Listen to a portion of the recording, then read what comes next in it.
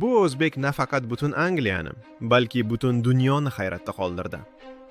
Bo'lgan voqea sizni ham hayron qoldiradi. Gap shundaki, 20 yanvar kuni Abduqodir Husanov Fransiyaning Lens klubidan Manchester Cityga 50 million yevro evaziga o'tdi. Ko'pchilik bu transferni tushunmadi. Hatto tanqidchilar boshida xursand ham bo'lishdi.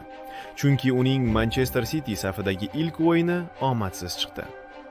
Chelsiga qarshi asosiy tarkibda maydonga tushib, 3-daqiqadayoq golga sababchi bo'ldi.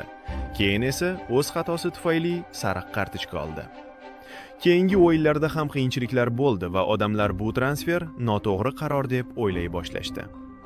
Ammo ular qattiq adashishdi, chunki hech kim kutmagan narsa yuz berdi. Husanov har o'yinda tobora yaxshilanib bordi.